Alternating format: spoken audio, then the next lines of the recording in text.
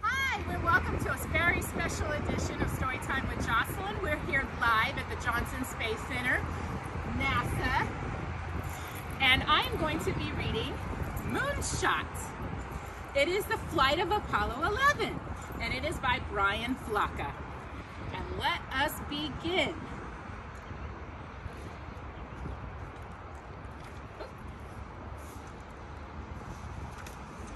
High above there is the moon, cold and quiet, no air, no life, but glowing in the sky.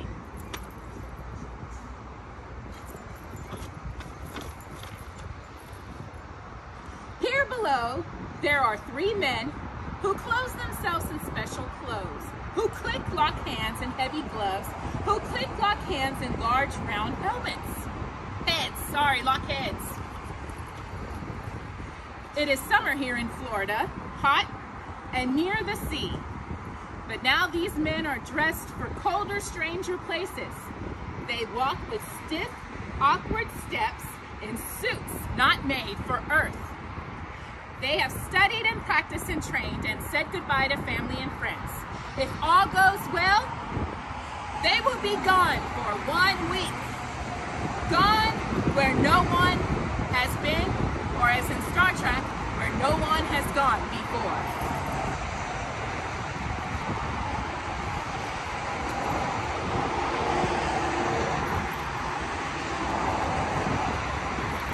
Their two small spaceships are Columbia and the Eagle. They sit atop the rocket. They will raise them into space. A monster of a machine, Jocelyn. It stands 30 stories. It weighs 6 million pounds. A tower full of fuel and fire and valves and pipes and engines. Too big to believe, but built to fly. The mighty, massive Saturn V. The astronauts squeeze into Columbia's sideways seats, lying on their backs, facing toward the sky. Neil Armstrong on the left, Michael Collins on the right, and Buzz Aldrin in the middle. Click as they fasten their straps, and click, the hatch is sealed. There they wait while the Saturn hums beneath them.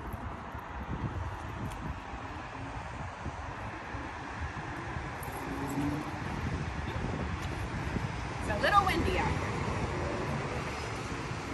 Near the rocket in launch control, and far away, well, right here, in Houston, in mission control, there are numbers and screens and charts, way of watching and checking each piece of the rocket and ships, the fuel, the valves, the pipes, the engines, the beats of the astronauts' hearts. As the countdown closes, each man watching is asked the question, go or no go? And each man answering says back, go, go, go. Apollo 11 is go for launch.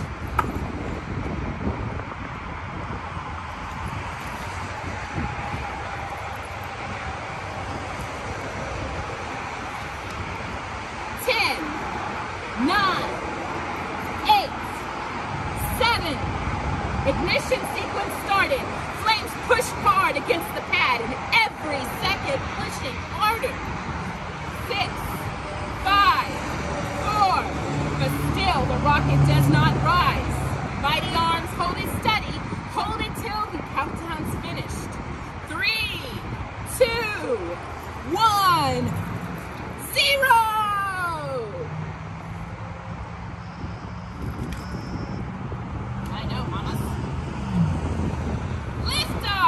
We have liftoff. The rocket is released. It rises foot by foot. It rises pound by pound.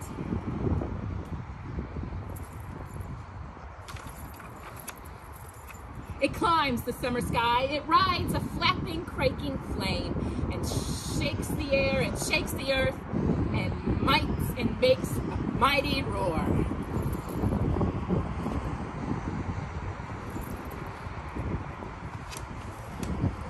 Armstrong, Collins, and Aldrin ride the fire and thunder, pressed deep in their seats, their bodies as heavy as clay.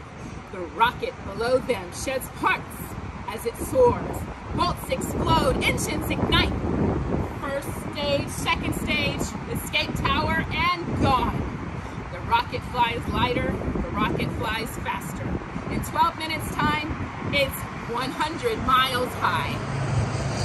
Then after an orbit around the Earth, to talk with mission control, to check the course and to check the rocket and ships, the rocket's last stage, Jocelyn, flyers again, pushing the astronauts on.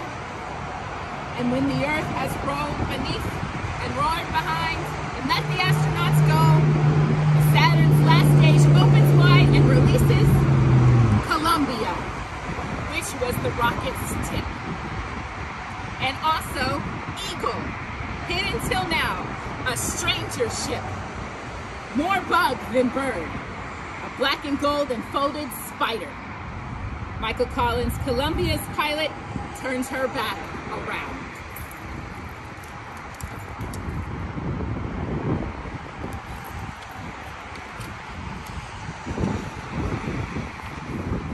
And looks, Columbia to Eagle. Then Armstrong's, Collins, and Aldrin leave the last of the Saturn and travel on to their two small ships, joined together, flown as one. They go rushing into darkness, flying toward the moon, far away, cold and quiet, no air, no life, but glowing and glowing in the sky.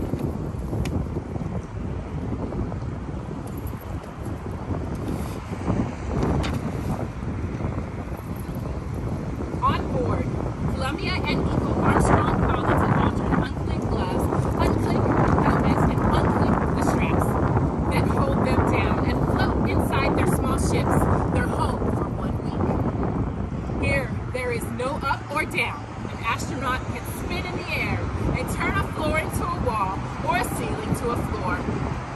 Here on those sometimes ceilings, walls, and floors, everywhere, there are straps and screens and gouges, buttons, handles, and hoses, and switches, switches, switches. There are food and clothes, packed into corners. There are flight plans, flashlights, pins, and cameras, and they float too. They drift from hands and pockets. That's why there's Velcro everywhere for holding things so they stay put.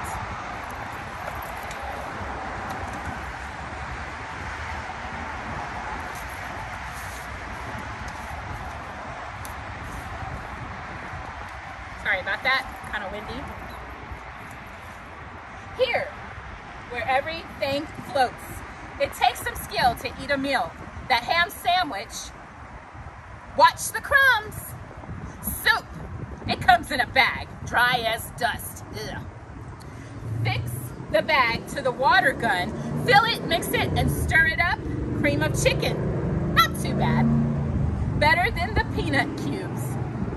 Here, where everything floats, it takes some skill to go to sleep. There are no beds or pillows, no night and no day. There is always, though, the hum of circuits, the whirl of machines, Jocelyn, the thought of where you are and the thought of where you're going. And one more thing, here where everything floats, and I mean everything, it takes some skill to use the toilet. It takes pipes and hoses and bags. And there's no fresh air outside the window. After a week, this small home will not smell so good. That is not why anyone or everyone wants to be an astronaut.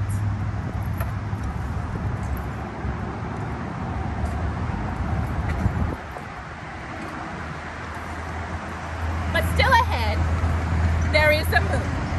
Cold and quiet, no air, no life, but glowing in the sky. Glowing and growing, it takes them in, it pulls them close.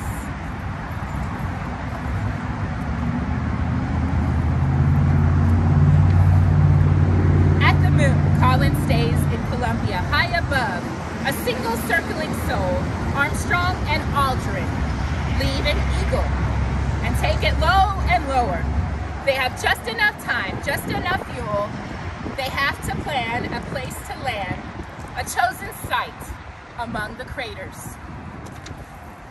Now friends and strangers in the distance down below, stay up late, get up early, and stop as one to watch and wait. There are only maps and models to see.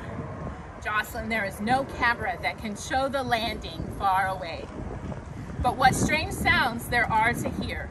Whistles, beeps, and static, and strange new words, and quick, clipped news of altitudes and speeds, leaping across the dark between mission control and the men.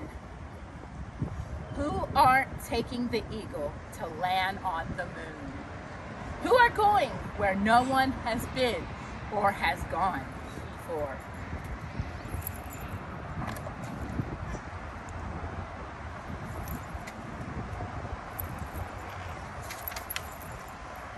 On board Eagle, Aldrin calls out information. While Armstrong steers the ship, they fly low and lower, looking and looking for their landing site. But now Eagle, they see, has flown too far. There are miles from where they mean to be. And below their small and spiny ship, they have no level space. Only broken stone and rock. Only shadows in deep craters on the great and glowing moon. Far from home and far from help, still steady and steady, the astronauts fly till time and fuel are running out.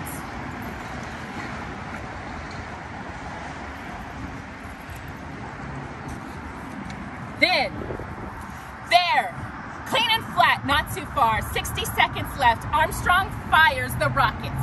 Eagle slows and lowers and goes onto a spray of dust. A bloom of moon flowers up around her, slow and slower, low and lower. Jocelyn low and lower landing. And far away, where friends and strangers lean to listen, where friends and strangers lean to hear, there comes a distant voice. Armstrong, calling from the moon. Calling as a man who just parked a car. Houston, he says, tranquility base here. The Eagle has landed. Armstrong is calm, but on Earth they cheer. Then Armstrong and Aldrin climb down from the Eagle in heavy gloves, in large round helmets, in suits made not for Earth.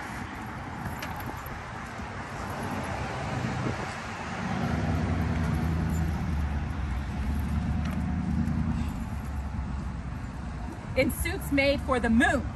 Here below, all around them, cold and quiet, no air, but life. There is life on the strange and silent, magnificent moon. Armstrong and Aldrin walks at rough, wild places. They step, they hop, as light as boys. They lope and they leap. In the dust and stone beneath their feet, no seed has ever grown, no root has ever reached. Still secrets wait there. The story of the moon. Where did it come from and how old is it? What is it made of? Not green cheese. Not, and up above the ash gray plains, the sky is pitch and empty and all the stars stay hidden. The sky is pitch black. That is how bright the moon is when you are standing on its face.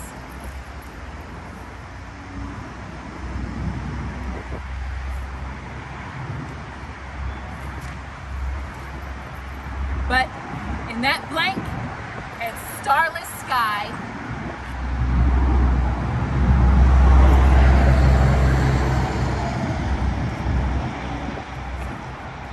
high above, there is the Earth. Rushing oceans, racing clouds, swaying fields and forests, family, friends, and strangers, everyone you've ever known, everyone you might, the good and lonely Earth. Glowing in the sky.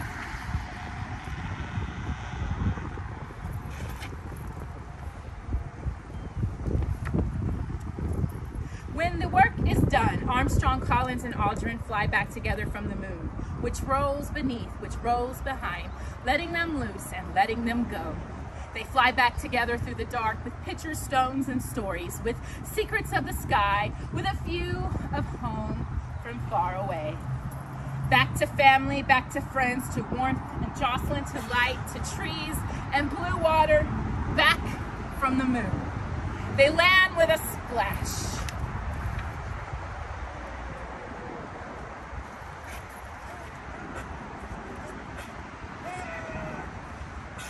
To warmth, to life, to light, and to home at last. And that is the story of Apollo 11, and the story of Neil Armstrong, Buzz Aldrin, and Michael Collins. Thank you for joining us for the special edition live from Johnson Space Center. And I will be posting this later on in the summer. And I hope you really enjoy it. We're going to be adding a couple of videos and a couple of pictures from NASA's trip. And I hope you enjoy this special edition. Right, Jocelyn? All right. Have a nice day. Blessed. We love you. Thank you for watching. Bye-bye.